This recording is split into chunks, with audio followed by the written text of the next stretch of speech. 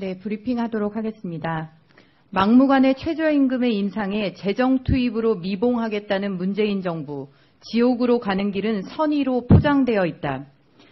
최저임금위원회가 내년도 최저임금을 올해보다 16.4% 높은 7,530원으로 결정했다. 정부와 여당인 더불어민주당은 16일 최저임금 대책 관련 당정 협의를 갖고 최저임금 인상으로 인한 소상공인과 영세중소기업의 부담을 덜어주기 위해 최근 5년간 최저임금 인상률을 넘는 초과 인상분을 직접 지원하기로 했다.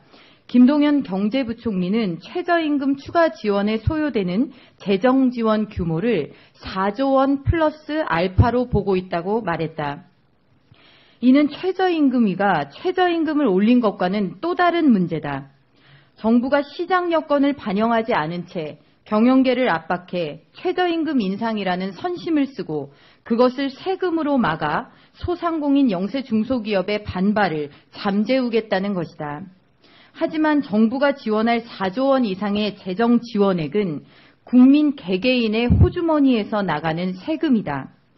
앞에서는 천사의 얼굴을 하고 있지만 뒤에서는 국민의 호주머니를 털어가겠다는 것과 같다. 가파르게 올린 최저임금으로 영세 소상공인, 자영업자 등이 피해를 볼 것으로 예상되니 재정을 투입한다는 것은 언어도단이다. 사회적인 약자를 보호해야 한다면서 최저임금 인상을 부추기고 최저임금 추가 지원을 위해서는 재정 소요에 필요한 재원은 국민의 호주머니에서 충당하는 세금으로 하겠다는 것은 국민을 돌봐야 하는 정부가 할 일이 아니다. 대다수의 국민들은 정부가 돌봐야 하는 국민에 포함되지 않는 것인가? 문제는 한번 재정 투입이라는 선례가 만들어진다면 이제는 불가역이다. 바꿀 수가 없다. 계속 투입해야만 하는 재정 소요 규모가 증가할 뿐이다.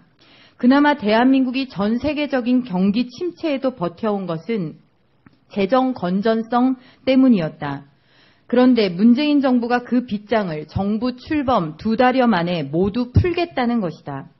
문재인 정부는 어떻게 벌어들일 생각은 하지 않고 쓸 궁리만 하는지 한심스러움을 넘어 허탈하기까지 하다. 결국 최저임금은 시장 원리에 따라 작동하게 하는 것이 정답이며 그래야만 지속 가능할 수 있다. 시장을 무시한 최저임금 인상폭과 그에 따른 정부 재정 투입은 재고되어야 한다. 이상입니다. 감사합니다.